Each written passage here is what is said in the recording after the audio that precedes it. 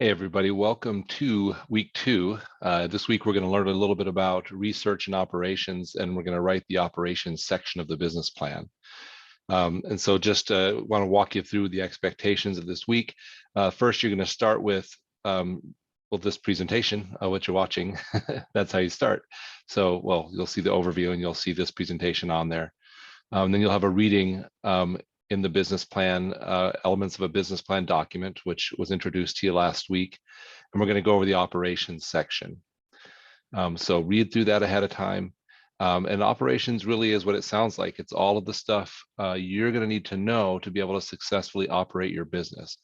So as we go through the process of identifying these various areas of operations, what we're doing is preparing ourselves to be more successful, to think of the things we need to before we get started. So we actually have 6 assignments this week. Looks like a lot. It's not as much as it sounds like, okay? We're going to start with research, which is going to teach you a little bit more about how research is done, especially in the business field. And then we're going to go into the operating sections. So I'm going to just kind of click on each of these and give you an idea of what to expect. So the first one in the research overview assignment, all you're going to do is you're going to learn about the difference between what's called primary research, which is where you collect data yourself, as opposed to secondary research, where you find data that's already been collected or found by other people. And then you're going to give a list of some items that you're going to need to plan for in this process of business planning, and decide whether or not whether those items are primary, meaning things where you'll have to go out and actually do experiments or other types of collection of data, or secondary, where you go out and find data that's already existing. So that's the first assignment. That's what I'm saying. These assignments are all relatively small, so don't be worried that there's so many of them. Not to say you won't have to put in some work, but it's not as much as it might sound. The second assignment is the primary research assignment. This is one that sometimes confuses people. I'm not asking you to go out and do a full, survey or primary research project. Instead, what I'm asking you to do is outline a project that you would need to do in order to successfully start a business.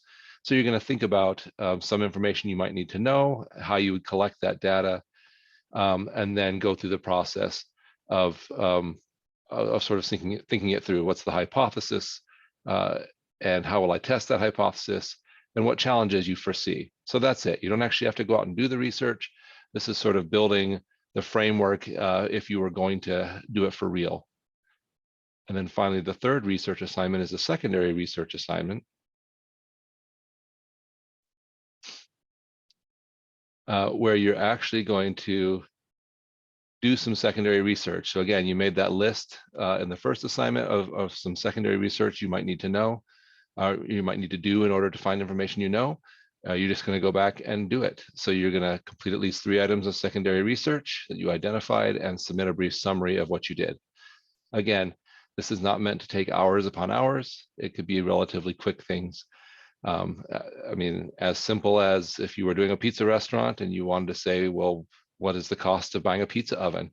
You might go out to 2 or 3 or 4 websites and find competing prices for pizza ovens, and then think of the quality you want to have and choose one and say, my price range is going to be this. That's a form of secondary research. So this doesn't have to be big, crazy projects. Just identify some information you're going to need to know, and then go through the process of actually finding some of that information from existing sites.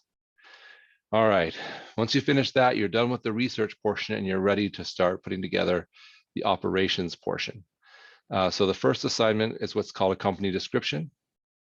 You actually did a little bit of this last week when you put together kind of your overview of your company. So this is a high-level look of how your company is going to work, what your company does, etc.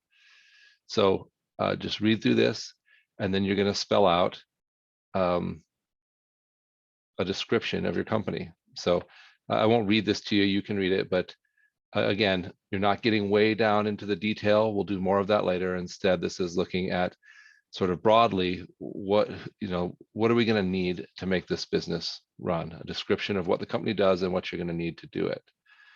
The second assignment this week is personnel. This is where you're going to identify the people that it's going to take to make this business run, the key people. So you don't have to describe every employee, okay? But you do have to describe the key people, the owners, and then the management type people. Anybody that you need on a board of directors, if you say you're a nonprofit. Um, and so again, read through this section.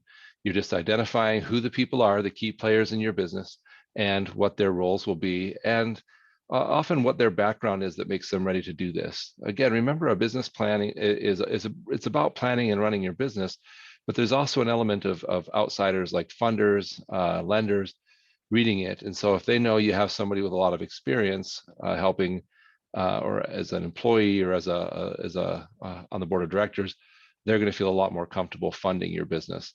So spell out who the key players are in detail, what their role will be, and what they're going to, and what their qualifications are. Finally, the last one for this week is operating procedures. The operating procedures is kind of explaining who's going to do what. Think of it as simple as, when we come in and start an average business day, who's going to come in and unlock the doors and turn on the lights, who's going to greet customers and work with customers, who's going to stock the shelves, who's going to keep track of sales in the books, who's going to do marketing, etc. So what you're saying is, on an average day, as we run our business, what are the functions the business is going to go through, and who's going to take care of those? Again, this is not meant to be hyper in depth, but pretty in depth. In other words, you want to think of all the things. What will happen in real life as you're doing this for a business is you'll realize, oh, there's some functions we hadn't planned for. Who's going to take care of that? And you might have other things where you think, we have this person, but they don't have a lot of function. Maybe we need to make their role broader.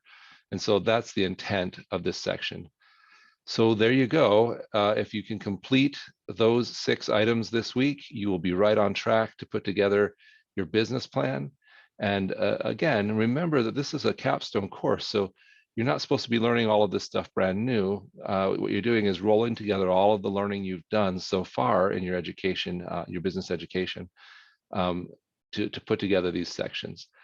As always, don't be afraid to reach out to me. You can email me. You can also call me.